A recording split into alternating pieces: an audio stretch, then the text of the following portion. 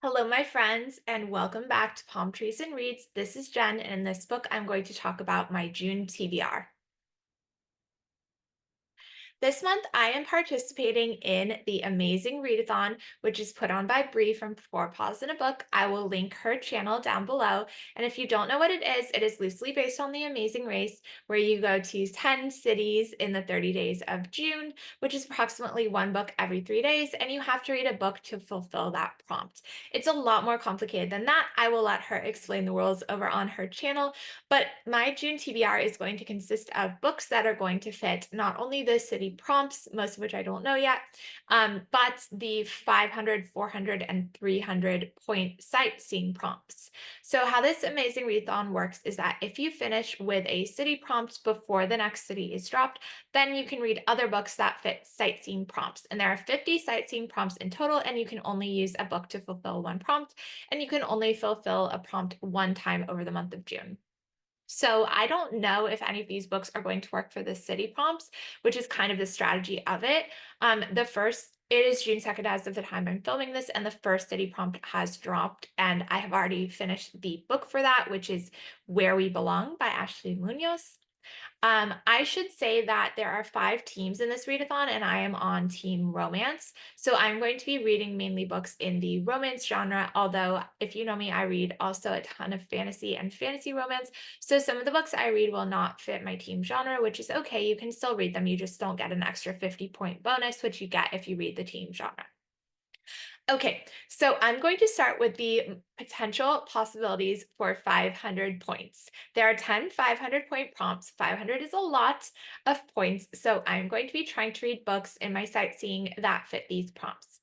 The first book that I'm almost done with is Fate of the Sun King by Nisha J. Tooley. This is an arc that I was fabulously thrilled to get. It comes out in 2 days on June 4th, I believe.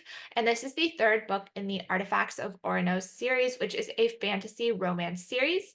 And this is a really good time to start this series if you haven't, because the fourth book comes out later this year. So you don't have to wait a ton of time for it. Let me just say, Fate of the Sun King is my favorite book by far in this series. I enjoyed books 1 and 2. I thought they were really solid, 3.5 stars to 3 stars. But this one is like a 4+ star for sure. I do not hand out a lot of 5 stars, but this one might be really close. If not, I'm predicting a 4.5. I love this series. If you like fantasy romance meets Bachelor meets Hunger Games, then that is book 1. But then the world expands so much in books 2, and especially in book 3. And I'm just loving the world building that is happening in book 3 while our characters are visiting a lot of different kingdoms within this world. And the fate of this, or sorry, it's just Fate of the Sun King, which is relevant. It can fit a couple of the 500-point prompts here. First of all, it's over 500 pages. Second of all, it has exactly 5 words in the title, Fate of the Sun King. And it also, as of the time of this filming, has fewer than 1,000 ratings on Goodreads because I am reading the arc. By the time I submit it, it might have more than 1,000, so I don't know if I can put it for that, but as of now, I am planning on using it for the 5-word title. The next book that I have is Sea of Ruin by Pam Godwin, and this is a book with all 5 vowels on the cover. This book I have been hearing a lot about lately and hearing a lot about Pam Godwin. I know that this is a historical dark romance with a pirate. That's really all I know about it. The next book that I have is Work for It by Talia Hibbert. I have read this author before and I do really enjoy her writing. This book would get me an extra 100 points currency in the game because it is a host favorite. Each host, there are 11 hosts, and each of them gets to pick 5 books that are favorites that will get you extra money to use on travel throughout the race. And I know nothing about Work for It, except that it is a Brie from Four Pods and Books favorite, and therefore a book that she gave 5 stars, which is one of the prompts here. So I think it is an angsty romance where the heroine makes the hero work for her love. So love that. Okay, next prompt is a book written before 2001, and for that, I plan on reading Killing Floor by Lee Child.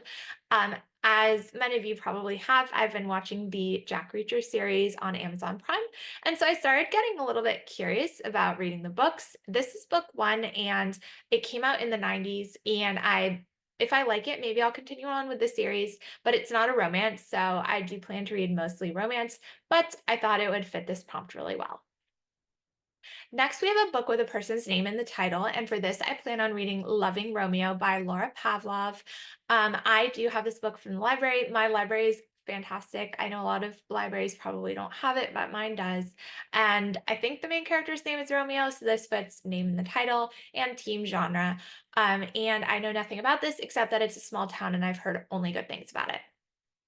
Next, we have a book over 500 pages, and for that, I am currently reading the Boys of Tommen series. So I suspect I will end up using most of the Boys of Tommen series books as actual city prompts because they may fit the city prompts. But I did purchase the first one, so it did not fit the first city prompt, which was a book that you did not purchase.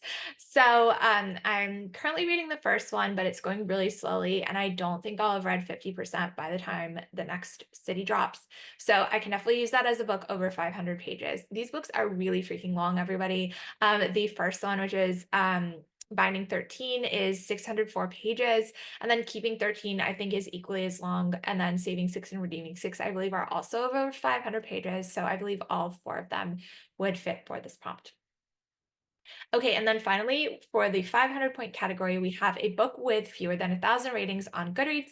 And for this, I am currently reading Yours Insatiably by Aveda Weiss. This is a monster romance, super quick and spicy office romance. And it is also a host favorite, I believe, from Brie as well. But if not, then one of the hosts. And it's also team genre. And it's not only that, but it's also an LGBTQ plus author, which also gets you extra points in this game. Next, let's go on to the 400 point books that I plan to read. The first is Sinner by Sierra Simone, which fits the prompt for a one-word title and team genre. I love Sierra Simone. I have read a lot of books that she has written, and I heard good things about Sinner. I was reluctant to pick it up at first because I did not enjoy Priest, and I DNF that book, just because I didn't have a Catholic upbringing. So I felt like I wasn't really understanding a lot of the things going on in that book. I just felt like it wasn't for me. But I've heard a lot of people say that they liked Sinner a lot better than Priest. And I know that it's a woman who is going to be a nun and asks for spicy lessons before she becomes a nun. So I'm super excited about that. Next, we have a book with a non-human main character, and I believe Her Soul to Take by Harley LaRue would fit this category because I believe that the girl is falling in love with a supernatural being. If that is not correct, I'll let you know. But for now, I plan on using this for a book with a non-human main character. Next, we have a book with only words on the cover, meaning no photos or illustrations. And for that, I plan on using the new cover of Hush Hush by Lucia Franco. This book just released in the new discreet cover. Prior to that, it did have a person on the front, so it would not have fit this prompt. But the new cover, I do believe, fits this prompt. It does have like a couple of feathers or some sort of like pattern in the background, but it's just words. I believe this will fit. And this is also the team genre. I know nothing about this except that I've heard amazing things about this author in general, and I've never read a book by her, so I plan on picking this up. Next, we have a book with one person on the cover, and for that, I plan on using Sicko by Amo Jones. I know this is a very dark romance. I have never read anything by this author, but I saw it recommended by Poppy, whose channel I will link down below, and I really trust her for dark romance recommendations, so I plan on reading that. Next, we have a book involving a game, and for that, I already started, but I've barely read any of it. One Perfect Couple by Ruth Ware. This is a mystery thriller, so it would not count for my team genre, but it does count for a game because it is about people on a reality TV show that's like a gamified reality TV show, like a competition show of sorts. So I think this definitely counts as a book involving a game. It is a game with deadly stakes. I will say that they end up stranded on an island while competing for this grand prize in this sort of like Love Island meets Survivor type of reality TV show. Next is a book with more than 100,000 ratings on Goodreads, and for this, I plan to read Bully by Penelope Douglas. I've loved everything that I've read from this author, which is only the Devil's Night series so far, but I definitely want to read more from them, and this fits into teen genre. And if anyone knows if Penelope Douglas does identify as LGBTQ+, please let me know because I don't want to assume anything. I know they use they, them pronouns, but I don't know beyond that, so I didn't want to assume. Okay, next prompt is an author who uses initials. And for this, I plan on using Girls Weekend by C.M. Nas Costa. I know this is another monster romance. For some reason, I'm really in a monster romance mood after reading Victoria Avalon. I've never read anything with like an earth-based monster, but I figured why not? And I guess this would count as a non-human main character just in case her soul to take ends up being all human characters. So that's all the 400 point prompts that I plan to participate in. There's one more, which is a book with a plane, train, or car on the cover, which I feel like should be relatively easy, but I haven't found any books on my bookshelf that would fit that. So if you have any in mind, let me know. Okay, next are the 300 point prompts.